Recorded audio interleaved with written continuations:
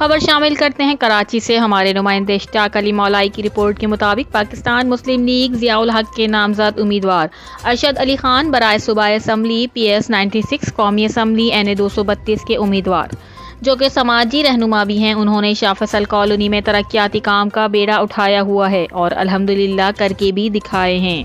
शाह फैसल की आवाम की कोशिश है कि उनको कामयाब बनाया जाए ताकि शाह फैसल कॉलोनी के जो 30 साल से मसले मसाइल पेंडिंग में पड़े हैं उनका हल निकाला जाए। पाकिस्तान जिंदाबाद। रिपोर्ट इश्तियाक अली मौलाई।